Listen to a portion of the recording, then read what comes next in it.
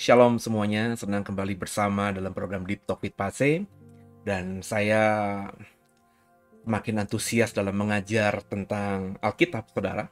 Ya, karena kalau Bapak Ibu perhatikan dan Bapak Ibu mengikuti tentang materi-materi yang saya berikan di dalam the various digital ministry ini, terutama video-video yang saya bikin soal pengajaran yang ada dalam Living in Wisdom, ya, Bapak Ibu bisa lihat banyak orang komentar, banyak orang tidak sepakat dengan saya, tapi semuanya mereka tidak mengerti bahkan ya, Alkitab itu ngomong apa.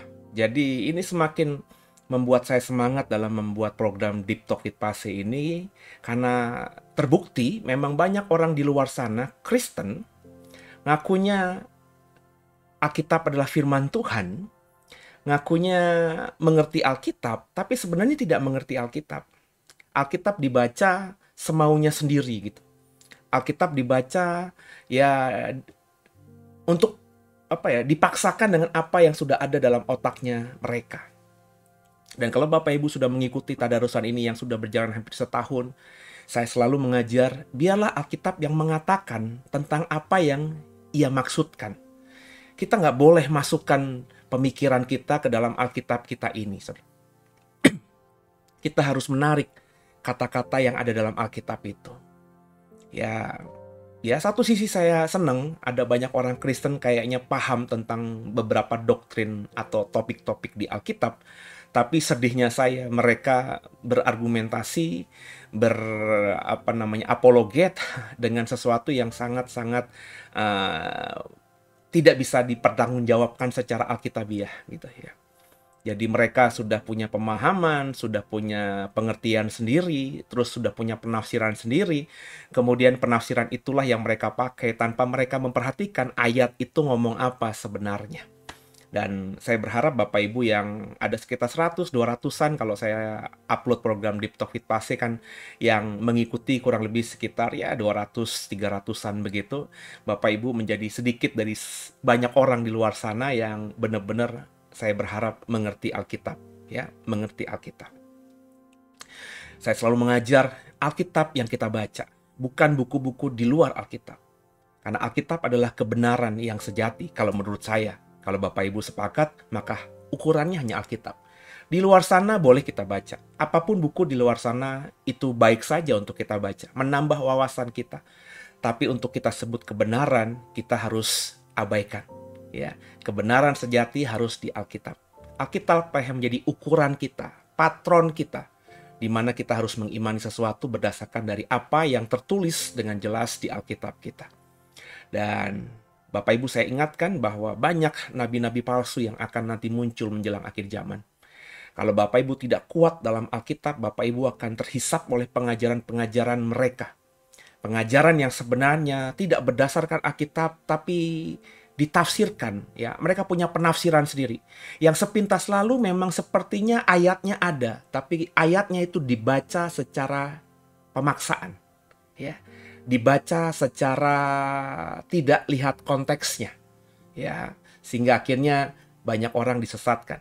Maka saya mengajak Bapak Ibu untuk berdoa, punya hubungan yang baik dengan Tuhan, dan bacalah Alkitabmu lebih daripada sekedar mendengarkan tafsiran, mendengarkan khotbah, mendengarkan apapun yang disebut dengan penyampaian firman itu.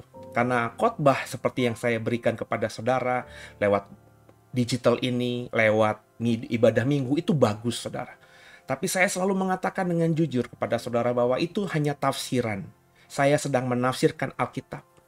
Jauh lebih baik kalau Bapak Ibu membaca sendiri Alkitab dengan minta bantuan tuntunan Roh Kudus supaya menerangi saudara.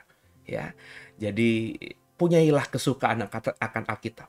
Itu yang menjadi salah satu pertolongan kita ya, sehingga kita nanti nggak disesatkan oleh nabi-nabi palsu yang sangat pandai dalam bersilat kata ya. Hati-hati Bapak Ibu. Ya, saya udah mengingatkan berkali-kali. Dan kita akan masuk dalam 1 Tesalonika pasal yang ketiga, dan Bapak Ibu paham bahwa Tesalonika itu bicara mengenai akhir zaman. Ya, jadi cocok sekali kita di waktu-waktu ini mendalami ini, karena saya sangat yakin bahwa kita termasuk generasi akhir zaman. Sebelum kita masuk, kita doa terlebih dahulu. Bapak yang baik, terima kasih buat waktunya, sehingga di Senin malam ini kami boleh kembali ikuti program Tadarusan Alkitab, yakni 1 Tesalonika pasal yang ketiga dan keempat mungkin pada malam hari ini. Berikan kami hikmat pengertian-Mu, sehingga ayat-ayat yang kami baca sebentar itu terang bagi kami dan kami mengerti, sehingga kami bisa menjadi pelaku firman yang benar, yang menyenangkan Tuhan di sepanjang sisa hidup kami. Jangan satupun kami yang Kau lalui, kami siap diberkati. Haleluya. Bapak Ibu siapkan Alkitab kita, 1 Tesalonika pasal yang ke-3. Walau 1000 rebah di sisiku, Kau tetaplah Allah penolongku. Walau 10.000 rebah di kananku, takkan ku goyah, sebab Yesus sertaku.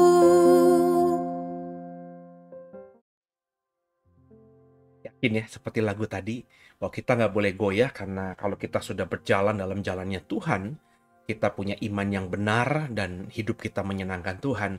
1000 rebah di kiri, 10.000 rebah di kanan, Tuhan akan menyertai kita, maka kita nggak boleh goyah. Amin saudara ya. Yuk kita baca kitab 1 Tesalonika pasal yang ketiga. Perikopnya diberi judul oleh Lembaga Alkitab Indonesia dengan kabar baik yang dibawa oleh Timotius. Bersama saya. Ayat 1 ya. Kami tidak dapat tahan lagi, karena itu kami mengambil keputusan untuk tinggal seorang diri di Athena. Lalu kami mengirim Timotius, saudara yang bekerja dengan kami untuk Allah dalam pemberitaan Injil Kristus, untuk menguatkan hatimu dan menasihatkan kamu tentang imanmu, supaya jangan ada orang yang goyang imannya karena kesusahan-kesusahan ini. Kamu sendiri tahu bahwa kita ditentukan untuk itu. Sebab juga waktu kami bersama-sama dengan kamu, telah kami katakan kepada kamu bahwa kita akan mengalami kesusahan. Dan hal itu seperti kamu tahu telah terjadi. Itulah sebabnya maka aku, karena tidak dapat tahan lagi, telah mengirim dia, supaya aku tahu tentang imanmu, karena aku khawatir kalau kamu telah dicobai oleh si penggoda. Dan kalau usaha kami menjadi sia-sia.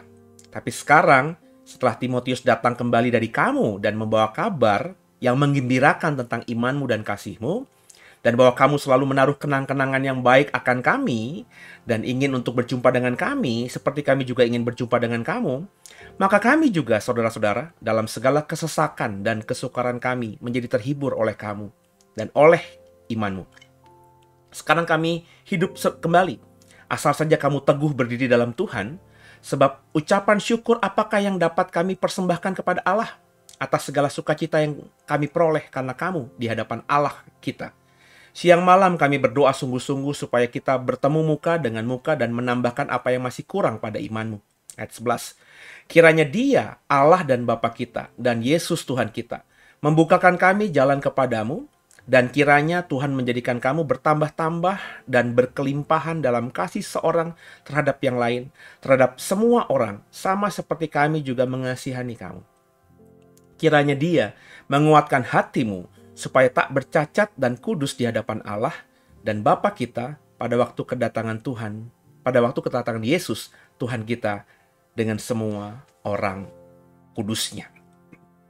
Kekasih Tuhan, inilah pasal 3 yang kalau Bapak Ibu sudah mengikuti kemarin hari Jumat, kita sudah memulai dengan 1 Tesalonika pasal pertama dan pasal kedua, di mana sudah saya jelaskan bahwa kota Tesalonika ini adanya di Yunani sekarang ini, saudara. Ya. Dan wilayah Yunani, Bapak Ibu tahu, itu wilayah yang di zaman dulu ya bahkan ratusan tahun sebelum zaman Tuhan Yesus itu menjadi pusat ilmu, ya. Ada namanya budaya Helenisme. Kalau Bapak Ibu tahu, hampir seluruh dunia zaman itu, ya, itu diyunanikan di zamannya Alexander Agung. Jadi budaya Helenisme itu budaya yang sangat mengakar. Bukan cuma ada di Yunani, tapi di seluruh dunia saat itu, ya. Itu sampai ke wilayah Asia. Bapak Ibu kalau membaca sejarah Alexander Agung dengan Yunaninya dan Helenismenya itu bahkan sampai ke wilayah India. Sampai juga ke wilayah sekitar Mesopotamia, terus juga Sumeria, ya. Zaman pusat peradaban zaman dulu di wilayah Irak, Iran sekarang. Budaya Helenisme juga sampai ke bawah, ke Mesir. Karena kita tahu di sekitar abad ke-200 sebelum Masehi, itu Mesir itu sudah dikuasai oleh Yunani.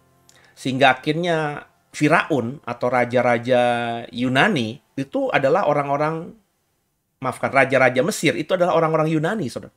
Ya, dengan wangsa Seleukosnya, ya, dan Ptolemeus yang berganti-gantian menguasai Mesir dan sekitarnya. Itu adalah jenderal-jenderalnya Alexander Agung. Jadi kalau Bapak Ibu misalnya mengikuti tentang siapa tuh namanya Ratu Mesir yang cantik itu, kok jadi saya ngeblank ya, yang dinikahi oleh Julius Caesar itu, ya, itu Bapak Ibu juga jangan berkata itu orang Mesir asli. Karena Romawi kan muncul setelah zaman Yunani. Sedangkan di zaman Yunani saja Mesir sudah ditaklukkan. Sehingga Firaun itu, yang menjadi Firaun itu bukan lagi orang yang murni berdarah Mesir. Tapi orang Yunani. Ya, jadi raja-raja atau Firaun-Firaun setelahnya, bahkan di zaman Kekaisaran Romawi, itu juga punya darah Yunani, saudara. Ya, Cleopatra. Nah, tiba-tiba ingat. Ya, Bapak Ibu berpikir Cleopatra itu benar-benar orang yang berdarah Mesir asli? Tidak, saudara. Sebab pemerintahan Mesir, tampuk pimpinan kekuasaan di Mesir saat itu, Firaun saat itu sudah dari darah Yunani, ya, memiliki darah Yunani. Dan mereka ketika menguasai Mesir, ya, mereka memposisikan diri seperti layaknya Firaun, karena Firaun memang terkenal di zaman dulu sebagai penguasa dunia. Nah, ini tidak dimengerti, tidak dipahami kalau kita tidak belajar sejarah, saudara. Ya, yang saya mau katakan, Yunani itu penuh dengan ilmu, filsafat, ya. Semua filsuf-filsuf hebat yang Bapak Ibu bisa baca, temukan, ya, di dalam sejarah dunia itu semuanya dari Yunani. Jadi ketika kekristenan masuk ke sana, ya, kekristenan itu berbenturan dengan bukan cuma budaya Yunani yang memang menyembah dewa-dewa, tapi juga berbenturan dengan pemikiran filsafat-filsafat yang memang tinggi, yang bukan cuma dipahami oleh orang-orang cendekiawannya saja, tapi rakyatnya juga otomatis kan juga lebih pintar lah dalam berlogika dan berfilsafat dibandingkan rakyat-rakyat di negara-negara atau kerajaan-kerajaan lain zaman itu. Itu kenapa Paulus mengatakan berat sekali bagi dia. Ya, makanya kalau kita baca di ayat yang ke-1 tadi, begitu beratnya tantangan pelayanan Paulus di Yunani ini, maka yang tadinya dia ada di wilayah Tesalonika, di wilayah Makedonia, dia akhirnya harus mengungsi ke wilayah Athena seorang diri. Dan untuk mengetahui kabar tentang bagaimana nasib dari jemaat Tesalonika, kalau kita baca di ayat 2 tadi, dia mengirim Timotius. Yang kita tahu kalau sudah membaca pasal 1, Timotius ini bersama dengan Silwanus kalau tidak salah, ya, itu menemani Paulus ketika nulis surat 1 Tesalonika ini, ya. Kita nanti bisa melihat lagi di pasal 1. Timotius ada di situ. Kenapa Paulus ingin mengirim Timotius? Karena Paulus juga tahu dia saja yang sudah punya pemahaman iman yang kuat itu mendapatkan tantangan yang luar biasa, ya, tekanan yang luar biasa. Sehingga di dalam ayat 1 pasal 3 ini kalimatnya cukup miris gitu, ya. Bapak Ibu mestinya bisa ngebayangin penderitaannya Paulus gimana. Kami tidak dapat tahan lagi. Kan berarti tekanannya begitu luar biasa. Ya, sehingga dia akhirnya meninggalkan dulu ya untuk ngambil nafas karena nggak tahan lagi dengan tekanan yang berat itu. Dengan apa? Ke Athena. Dan kita tidak menemukan sumber di Alkitab kita tentang adanya orang Kristen di Athena. Jadi bisa saja Paulus ke Athena itu memang bukan dengan misi penginjilan, tapi ya sekedar untuk menenangkan dirinya dia. Karena di wilayah lain di Yunani ketika dia merintis dan menginjil, dia mengalami tekanan yang luar biasa.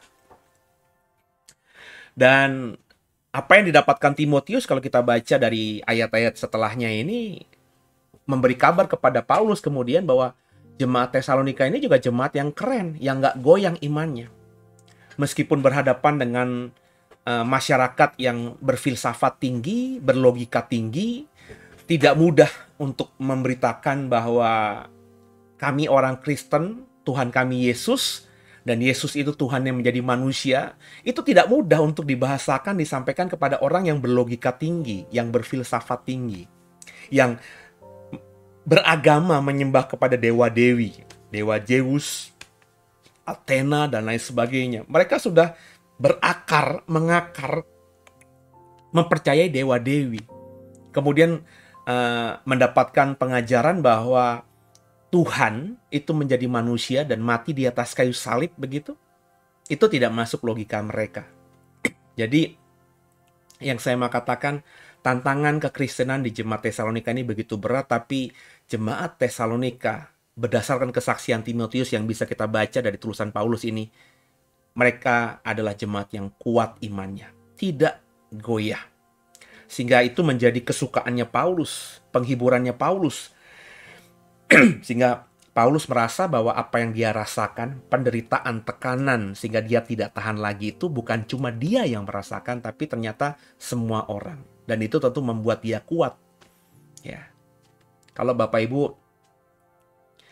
merasa bahwa penderitaan ini hanya kau alami sendiri, terus kau kalau bertanya kepada orang lain, semua orang lain berkata, I'm fine, saya baik-baik saja. Tentu masalah kita akan kita rasakan semakin berat. Tapi ketika kita dalam situasi misalnya krisis ekonomi, kita nggak punya uang, kita hidupnya lagi susah, terus kita membuka mata kita, ternyata di luar sana juga semua orang lagi susah, maka kita mungkin akan lebih ringan memikul beban itu, karena kita tahu yang susah bukan kita doang, tapi banyak orang di sekitar kita. Nah inilah yang dirasakan oleh Paulus, jemaat Tesalonika menjadi penghiburan bagi dia. Dan Paulus mengirim Timotius juga selain untuk mencari tahu kabar jemaat Tesalonika, tapi juga untuk menguatkan jemaat Tesalonika. Karena kalau kita baca pasal 1, pasal 2 sebelumnya, Paulus ditahan oleh iblis. Ada iblis yang menahannya sehingga dia tidak bisa ke Tesalonika. Ya, tidak dijelaskan dalam bentuk seperti apa. Cuma pasti ada satu masalah di situ sehingga Paulus tidak bisa ke Tesalonika, sehingga akhirnya dia mengutus Timotius ini. Dan Timotius diutus untuk memberikan pengajaran, menguatkan iman dari jemaat Tesalonika, supaya jemaat Tesalonika kalau kita baca di ayat yang kelima tadi, tidak dicobai dan tidak jatuh dalam pencobaan si penggoda. Sehingga akhirnya apa yang sudah dirintis oleh Paulus di waktu-waktu sebelumnya menjadi sia-sia. Tapi rupanya Timotius kembali dengan memberitakan kabar bahwa imannya mereka yang ditunjukkan dengan kasihnya jemaat Tesalonika itu luar biasa. Ya.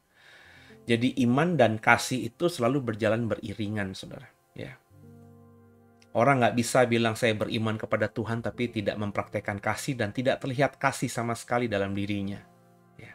Kasih itu sederhana, saudara. Mengasihi sesama manusia.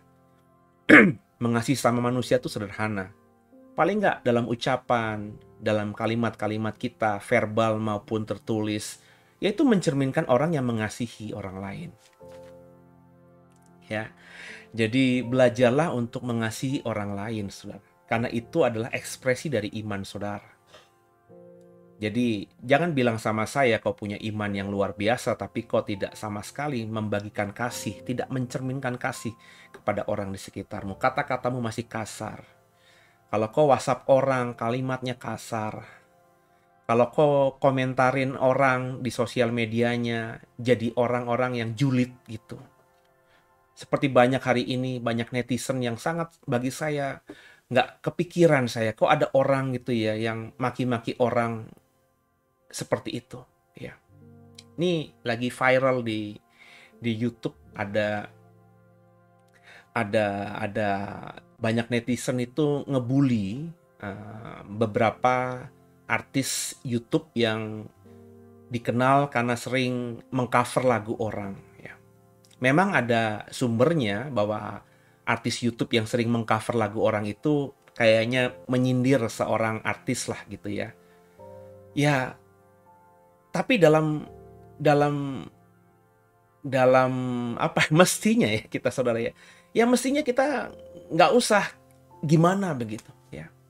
Sebab sekarang ini kan kita memparodikan orang, kita apa namanya ngikutin, misalnya kalau ada artis tertentu menyanyinya pakai suara hidung gitu ya, agak gimana sengau gitu ya.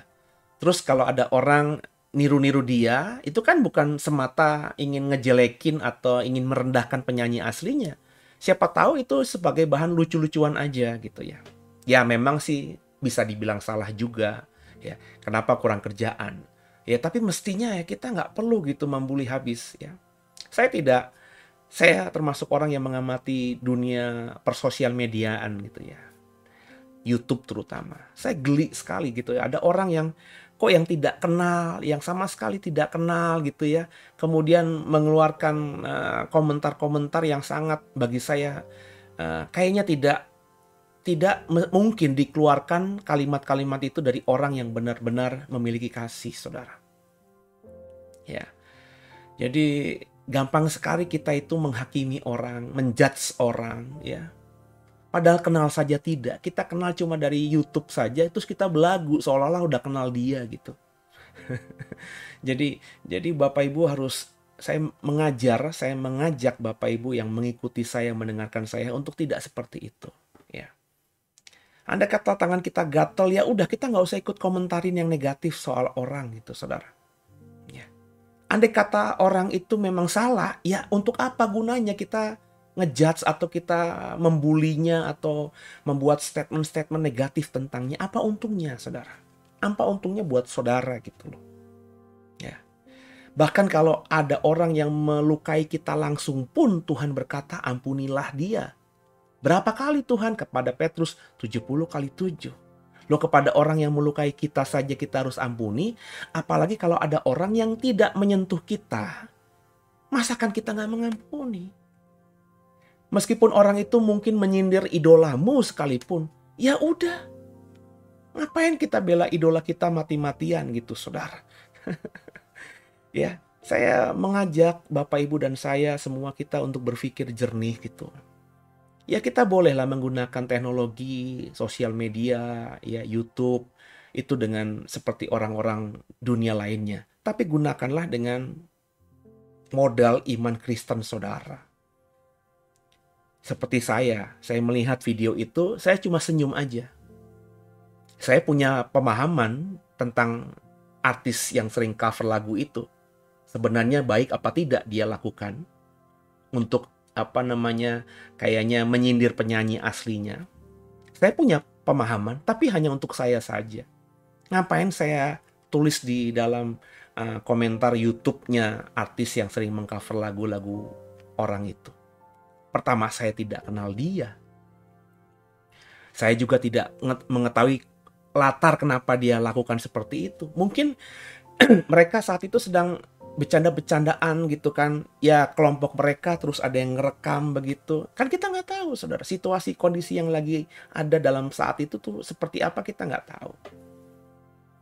Ya. Kalau saya mah cuma oke. Kalau saya nanti nggak akan begini. Itu untuk saya. Ya. Jadi saya juga tidak melukai dan juga tidak jadi fitnah saudara.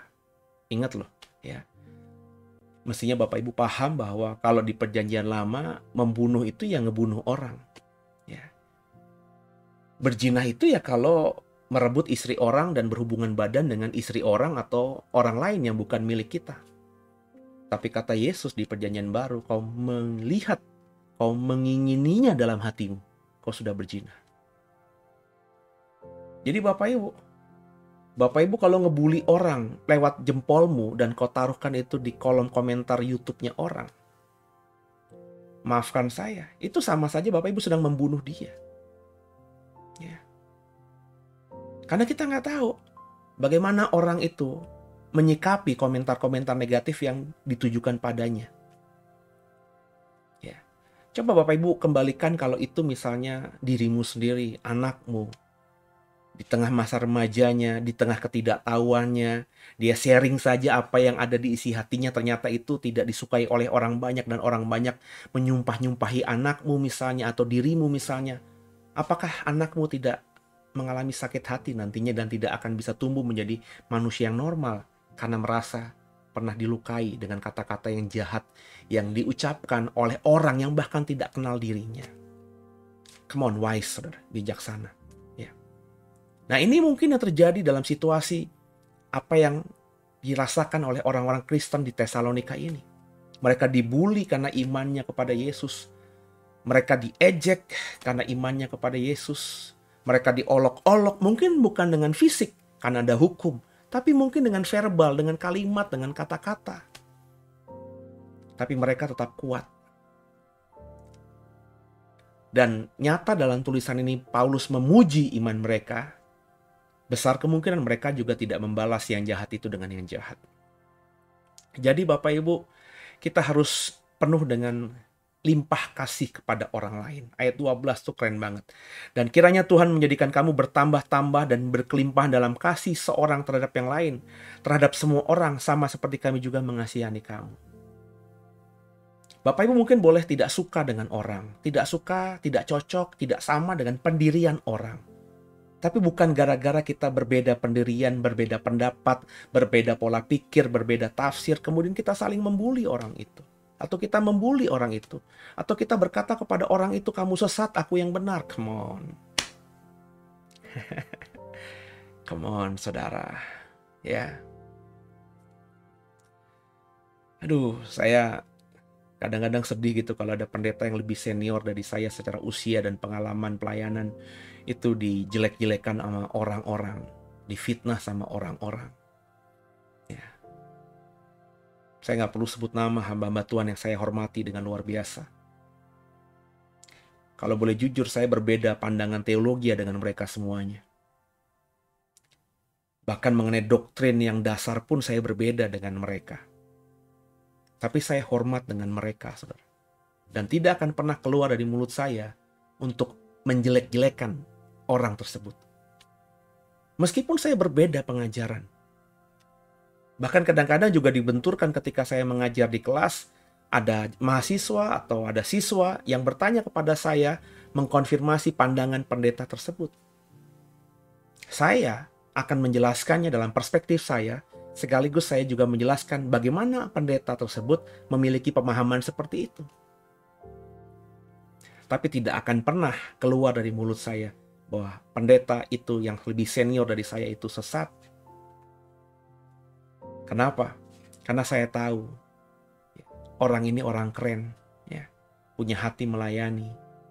Saya bahkan dibandingkan umurnya aja baru setengahnya. Atau mungkin baru 2/3-nya. Dia jauh lebih senior dari saya. Gerejanya jauh lebih besar dari saya. Pelayanan dia sudah bahkan berdampak ke luar negeri. Ya, masakan saya mengejek atau merendahkan orang yang dalam segala hal dalam dunia pelayanan lebih hebat dari saya. Saya beda dengan dia, tapi saya paham itu beda tafsir saja. Tapi saya tahu isi hatinya dia tentang Yesus. Karena ketika hamba Tuhan ini bercerita soal Yesus, dia bercerita dengan berapi-api, dengan mantap sekali. Sesuai apa yang dia imani. Meskipun yang dia imani berbeda dengan saya. Tapi itu hanya area tafsir, saudara. Belajarlah jadi orang Kristen yang radikal untuk diri, tapi toleran dengan yang lainnya. Nangkep ya saudara ya? Ya, saya geli saja gitu. Ternyata bukan cuma orang di luar sana Ya, dulu waktu zamannya Pilpres ada kadrun, istilah kadrun, ya. Ada istilah juga apa namanya, eh ya ya kadrun itu ya, yang kita persepsiin ini orang yang kalau ngomong itu nggak pakai data gitu ya, asal cuap-cuap aja. Tapi ternyata dalam kekristenan juga seperti itu. Ya, seperti itu. Ya. Bapak Ibu lihat saja kalau sudah ada pertentangan antara dua gereja besar gitu ya. Semua orang-orang yang sebenarnya nggak ngerti apa-apa, itu di sosial medianya berkomentar dengan pedas terhadap hamba Tuhan yang dianggap musuhnya. Kadrun itu namanya, saudara. Padahal juga, ku mau sepertimu Yesus. Tapi kerjaannya membuli pendeta, menyesat-nyesatkan pendeta. Padahal dia kalau boleh jujur berkata pendeta itu lebih melayani. Padahal dia juga belum melayani, jangan-jangan. Jangan-jangan gak pernah nginjil juga. Tapi seolah-olah menampilkan diri kayak malaikat. Kadrun, saudara. Jadi Bapak Ibu yang dengarkan saya, jangan seperti itu. Kalau kita dengar ada khotbah pendeta lain yang berbeda dengan kita, ya dengarkan saja. Kalau kau tidak nyaman, ya nggak usah didengarkan. Sesederhana itu. Ya. Kalau kau dengarkan dan kau tetap menyimpulkan pendapatmu, tafsiranmu, pandanganmu berbeda dengan dia, ya sudah. Taruh saja di hatimu. Bahwa ternyata dalam konteks ayat ini, saya bisa berbeda pendapat dengan pendeta yang terkenal itu. Ya, kau dalami lagi. Dekat dengan Tuhan lagi. Baca lagi Alkitabmu dengan benar. Ya, minta Tuhan cerahkan kita. Kalau tetap berbeda, ya imani itu. Tanpa harus menyesat-nyesatkan pendeta lain yang berbeda pendapat dengan kita. Nangkep ya? Saya sedang ngebangun The Way itu seperti itu. Ya, saya kepengen komunitas The Way itu komunitas yang dewasa iman. Imannya bukan iman cetek, tapi tidak jadi besar kepala, tidak jadi sombong, tidak menganggap bahwa apa yang dia pahami itu satu-satunya yang benar. Yang benar itu hanya Alkitab. Ya, kita sedang menafsirkan Alkitab. Nah, namanya penafsiran tentu bisa berbeda satu dengan lainnya. Aduh, semoga kata-kata saya yang sederhana ini Bapak Ibu paham ya. Sebab banyak orang gak paham soal ini. Dan itu menyedihkan. Menyedihkan sekali. Karena ternyata diekspresikan oleh orang-orang yang mengklaim dirinya sebagai orang Kristen sejati. Kita lanjut pasal 4 karena pasal 3 hanya sampai ayat 13. Waktunya masih panjang. Kita 1 jam kurang lebih ya. Lanjutkan pasal 4. Perikopnya nasihat supaya hidup kudus. Akhirnya saudara-saudara, kami minta dan menasihatkan kamu dalam Tuhan Yesus. Kamu telah mendengar dari kami bagaimana kamu harus hidup supaya berkenan kepada Allah. Hal itu memang telah kamu turuti. Tapi baiklah kamu melakukannya lebih bersungguh-sungguh lagi. Kamu tahu juga petunjuk-petunjuk mana yang telah kami berikan kepadamu atas nama Tuhan Yesus. Karena inilah kehendak Allah, pengudusanmu, yaitu supaya kamu menjauhi percabulan. Supaya kamu masing-masing mengambil seorang perempuan menjadi istrimu sendiri, dan hidup di dalam pengudusan dan penghormatan, bukan di dalam keinginan hawa nafsu, seperti yang dibuat oleh orang-orang yang tidak mengenal Allah. Dan supaya dalam hal-hal ini, orang jangan memperlakukan saudaranya dengan tidak baik atau memperdayakannya. Karena Tuhan adalah pembalas dari semuanya ini, seperti yang telah kami katakan dan tegaskan dahulu kepadamu. Allah memanggil kita bukan untuk melakukan apa yang cemar, melainkan apa yang kudus. Karena itu siapa yang menolak ini bukanlah menolak manusia, melainkan menolak Allah yang telah memberikan juga rohnya yang kudus kepada kamu. Tentang kasih persaudaraan tidak perlu dituliskan kepadamu, karena kamu sendiri telah belajar kasih mengasihi dari Allah. Hal itu kamu lakukan juga terhadap semua saudara di seluruh wilayah Makedonia. Tapi kami menasihati kamu, saudara-saudara, supaya kamu lebih bersungguh-sungguh lagi melakukannya.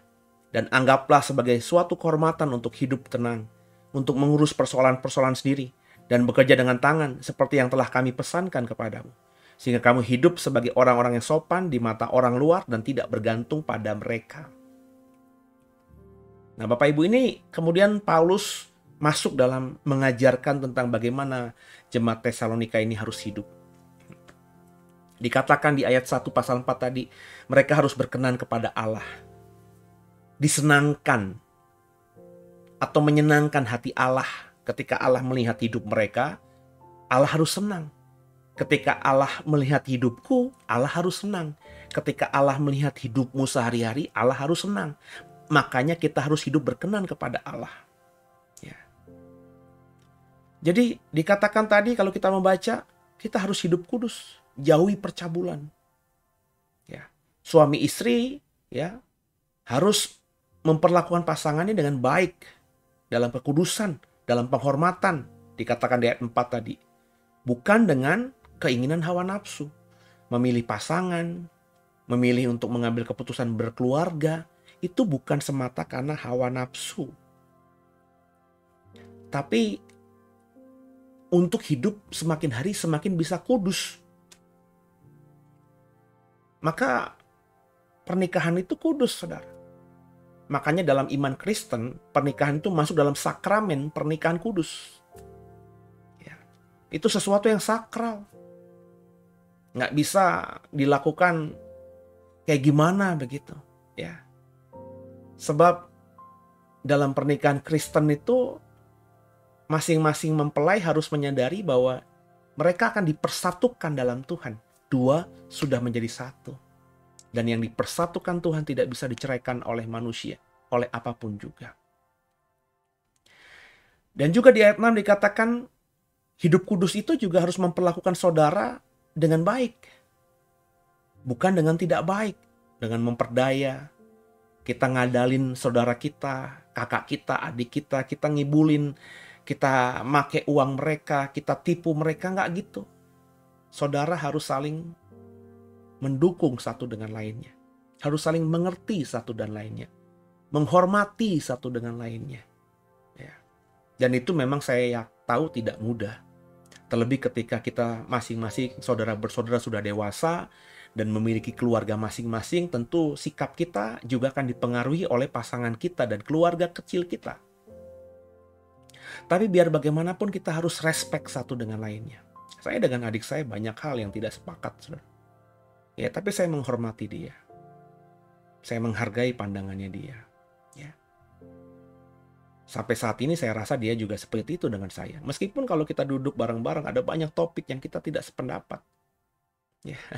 Dulu di zamannya reformasi, saya dengan dia itu generasi angkatan reformasi tahun 98. Saya saat itu masih ada di bangku kuliah sekuler. Adik saya juga masih kuliah sekuler, saudara. Jadi kami termasuk aktivis lah zaman itu. Cuman cara kami dalam berdiskusi soal bagaimana menumbangkan rejim Orde Baru zaman itu dan juga cita-cita reformasi yang ada di otak kita masing-masing itu hal yang berbeda.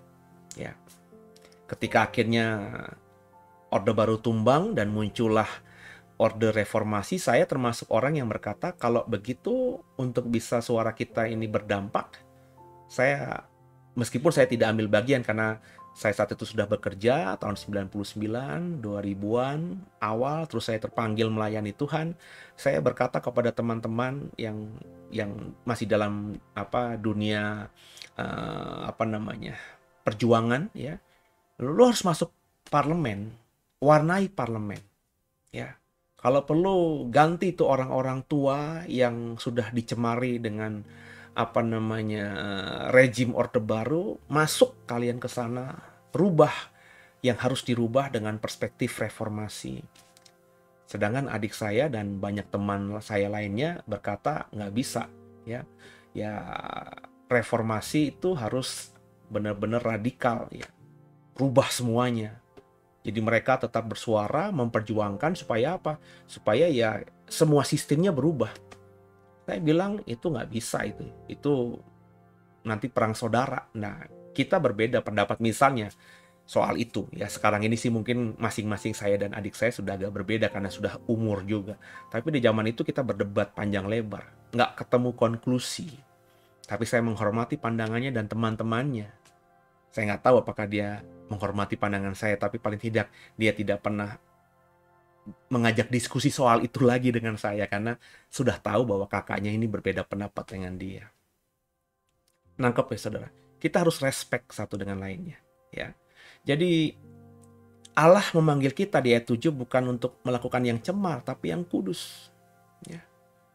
Jadi kuduslah kamu sebab aku, Tuhan Allahmu, kudus.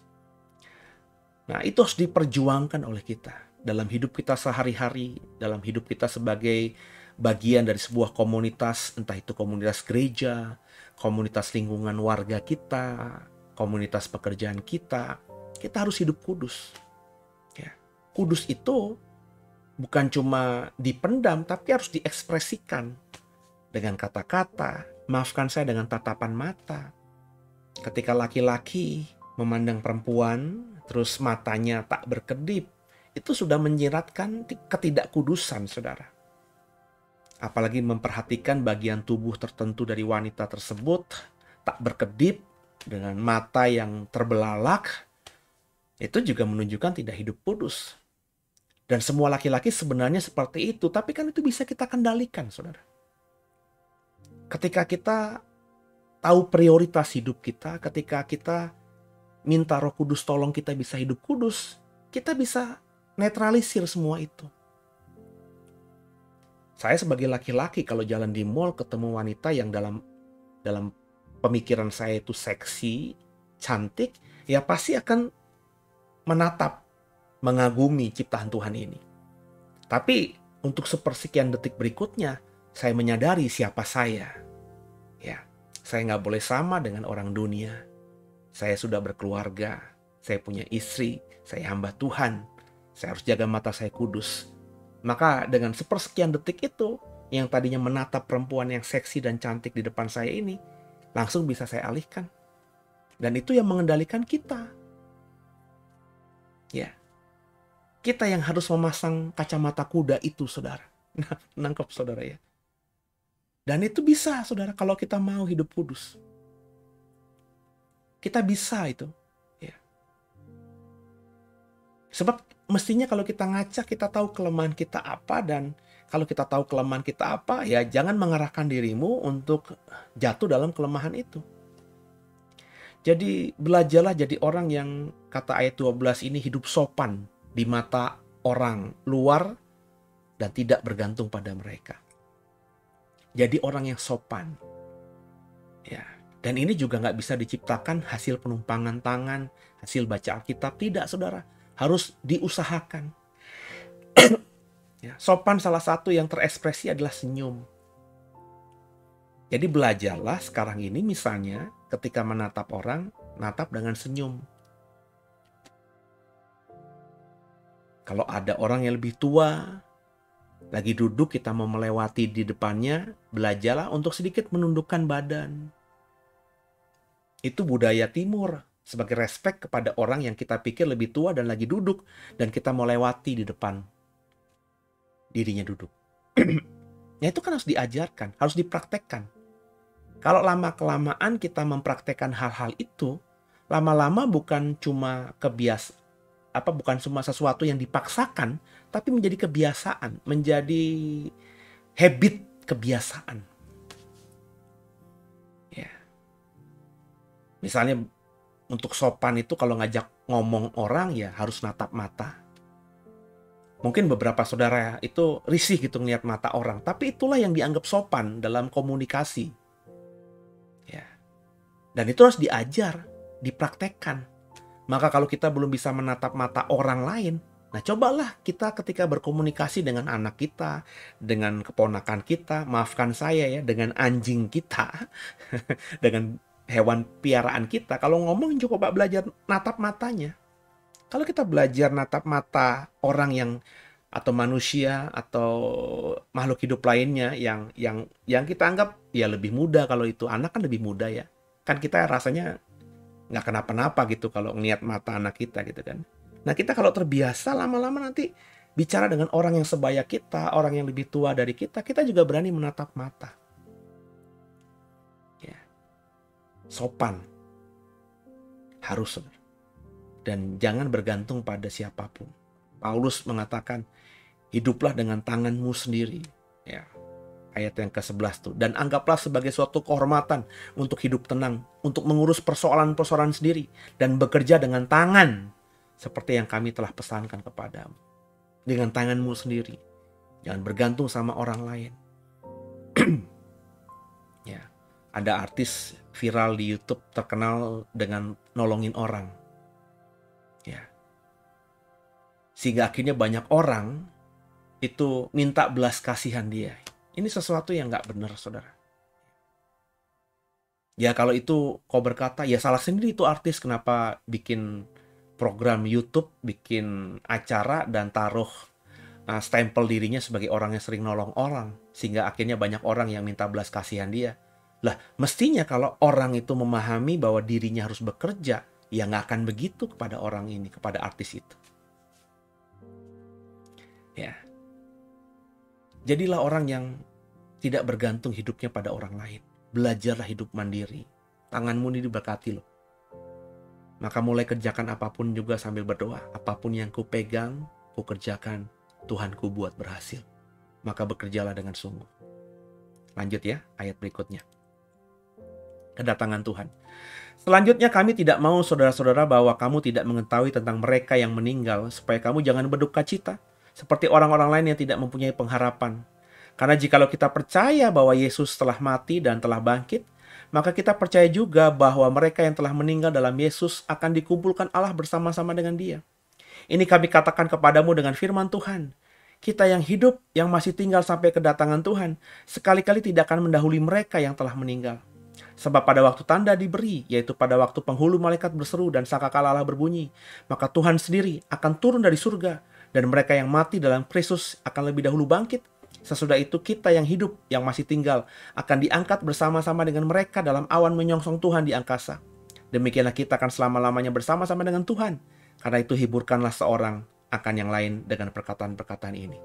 Nah, Paulus menuliskan surat ini, surat 1 Tesalonika dengan topik kedatangan Tuhan ini tentu karena Paulus mendapatkan informasi dari Timotius bahwa jemaat Tesalonika ini mempertanyakan soal bagaimana setelah kita mati.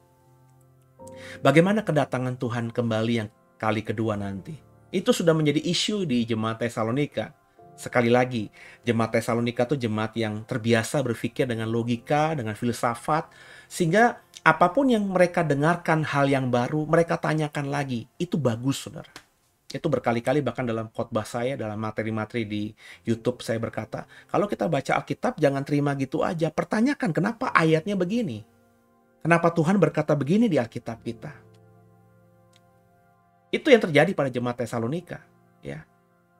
Dan mereka mempertanyakan ini untuk disampaikan kepada Paulus lewat Timotius, dan Timotius akhirnya menyampaikan kepada Paulus, dan Paulus menuliskan surat ini.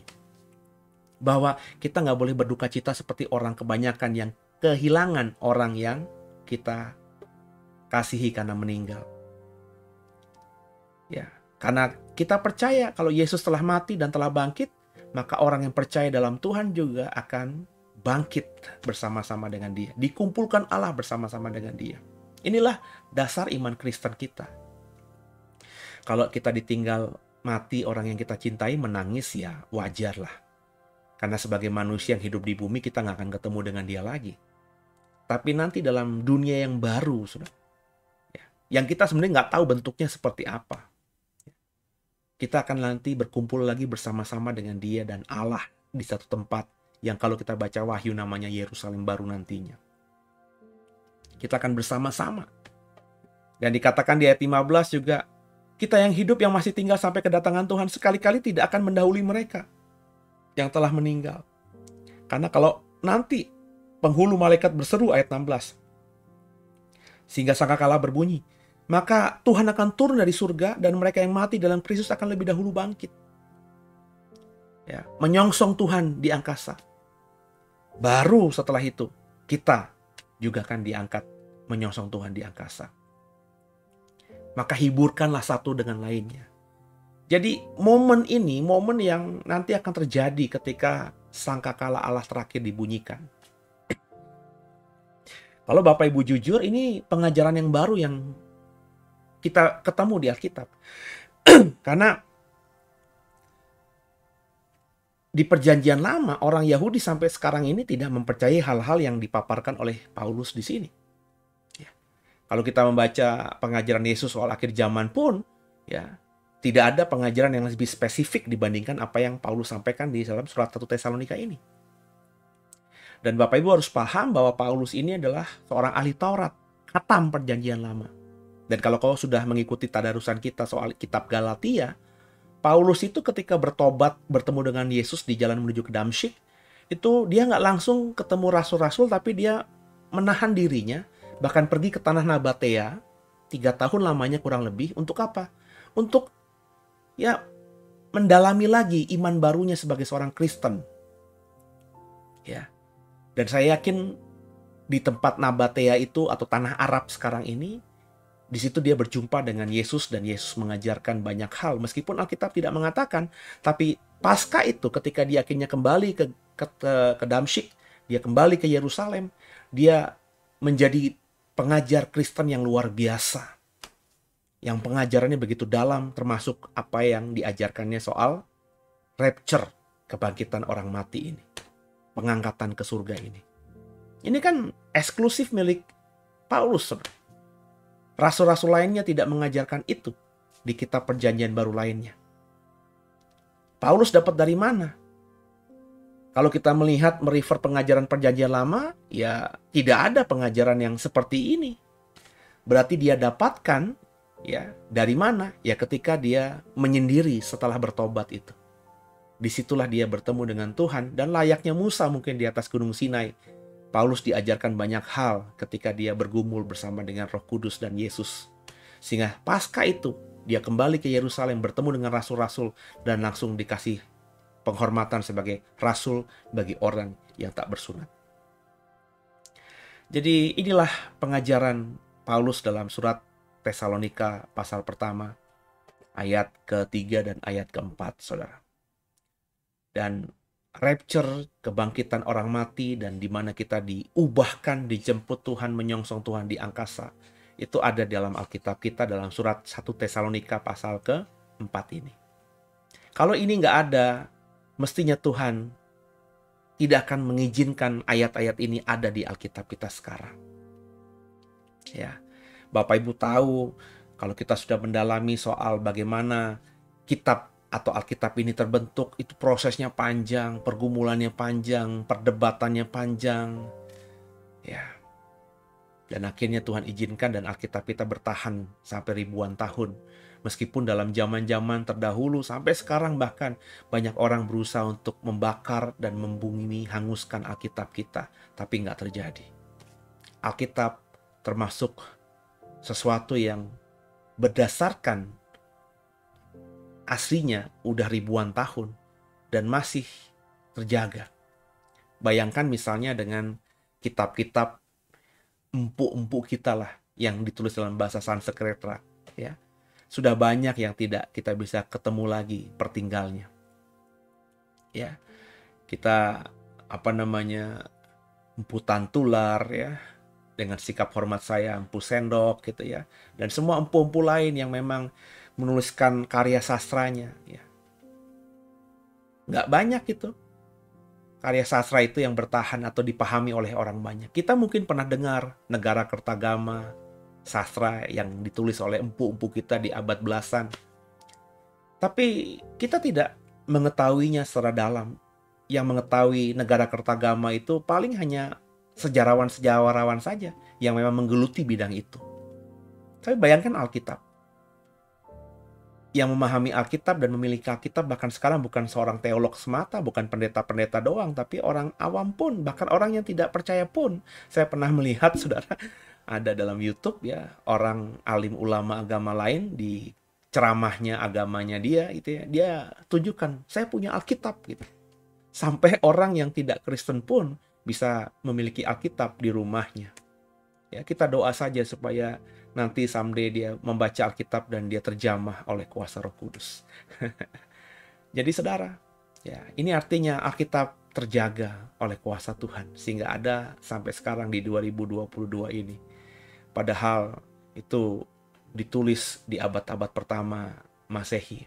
Berarti sudah 2000-an tahun lebih. tetap ada dan bertahan sampai sekarang. Apa susahnya kalau Tuhan Maha Kuasa itu mau menghapuskan atau menghilangkan satu kitab saja? Andai kata ini bukan kebenaran, rapture bukan kebenaran, begitu mudahnya Tuhan tinggal coret aja pasal 4 ini. Atau dibuang saja gitu 1 Tesalonika ini. Sebab kalau dibuang pun saya yakin Tuhan sanggup dan tidak akan mempengaruhi apapun juga. Iman kita kepada Tuhan, saya yakin, kepada Yesus, saya yakin nggak akan bergoyang, nggak akan berubah ketika 1 Tesalonika 4 ini atau 1 Tesalonika ini tidak ada di Alkitab kita. Tapi Tuhan izinkan tetap ada. Kenapa? Karena saya yakin ini adalah kebenaran. Dan kita nanti akan ke sana. Sehingga kalau saudara ditinggalkan orang yang kau cintai karena mereka meninggal lebih dahulu, janganlah bersedih atau berduka selayaknya orang yang tidak punya pengharapan. Sebab kita tahu nanti ada waktunya dia akan dibangkitkan, menyongsong Tuhan di angkasa, dan kita kemudian menyusulnya setelah peristiwa itu. Hiburkanlah seorang akan yang lain tentang itu. Itulah pengharapan kita, itulah sukacita kita. Itu kenapa saya sedih ketika bapak saya meninggal. Tapi kesedihan saya nggak berlanjut. Sekarang kalau ke kuburan bapak saya nggak pakai nangis-nangis. Sejak awalnya nggak pernah nangis-nangis. Nggak pernah juga berlama-lama. Saya hanya melihat kuburannya bersih, nisannya oke, rumputnya oke. Kemudian saya tinggal. Sebab saya tahu, one day kelak, saya akan bersama dengan dia. Sebab saya tahu, bapak saya ini, imannya keren banget kepada Yesus. Gitu ya saudara ya. Semoga sharing kita di malam hari ini dalam Deep Talk with Pase jadi berkat buat saudara. Saya berharap kita semua punya iman yang benar kepada Yesus. Imanilah Yesus Tuhan Juru Selamat dengan iman yang benar. Kalau cuma sekedar mempercayai Yesus Tuhan Juru Selamat, itu mudah. Tapi pertanyaannya, mengimani dengan benar apa tidak? Semoga dipahami. Kalau kau mau mengimani Yesus sebagai Tuhan Juru Selamat dengan benar, maka cintailah Alkitab. Bacalah Alkitab. Dengan kau membaca Alkitab sesering mungkin, sebanyak mungkin, kau akan mengenal Tuhan dengan benar. Haleluya. Naikkan syukurku buat hari yang kau beri, tak habis-habisnya kasih dan rahmat-Mu.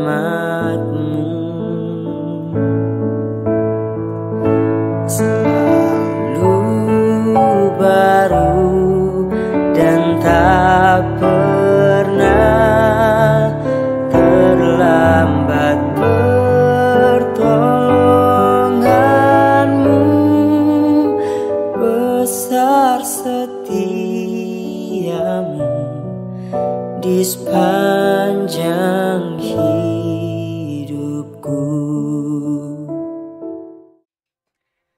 Saya percaya kita semua diberkati lewat pembacaan Alkitab kita pada malam hari ini. Dan sebelum kita berpisah, ya, saya mengajak Bapak Ibu untuk belajar menginjil. Ya. Saya di dalam program Tadarusan di Matius pasal 28 yang sudah kita lewati beberapa waktu yang lalu, di minggu lalu. Di dalam Tadarusan Alkitab kita yang terakhir di Injil Matius itu saya berkata bahwa menginjil itu semudah menggerakkan jari. Ya, jadi Bapak Ibu kalau diberkati lewat pengajaran ini, coba di-sharingkan program ini kepada yang lainnya. Kirim linknya, program ini atau channel ini, di WhatsAppin ke yang lainnya, supaya mereka juga belajar membaca Alkitab seperti kita membaca Alkitab di dalam program ini. Ya, saya sedih saja gitu ya. Di setiap malam, saya selalu bikin program 3 kali Tadarusan, 3 kali Living in Wisdom. Tapi yang nonton atau yang mengikuti Tadarusan Alkitab itu kadang-kadang sepertiganya aja nggak ada.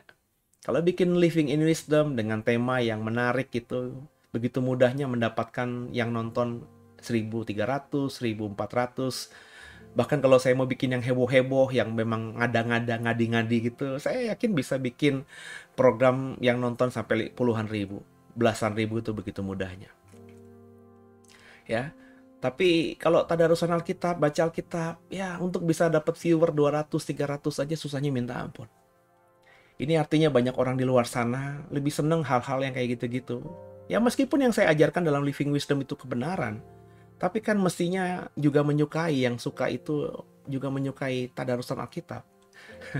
Sebab saya bisa dapat punya pemahaman di Living in Wisdom itu karena kesukaan saya akan membaca Alkitab. Dengan suka membaca Alkitab, maka banyak hal baru akan dibukakan untuk saudara dari Alkitab itu sendiri. Gitu ya. Semoga kita sama-sama bekerja sama menginjili ladang yang sudah menguning ini. Tundukkan kepala, kita doa. Makasih Tuhan buat malam hari ini. Kami sebentar mau pulang, mau istirahat, mau tidur. Berkati kami, berikan kami mimpi yang indah dalam tidur kami malam hari ini. Ampuni salah dosa kami.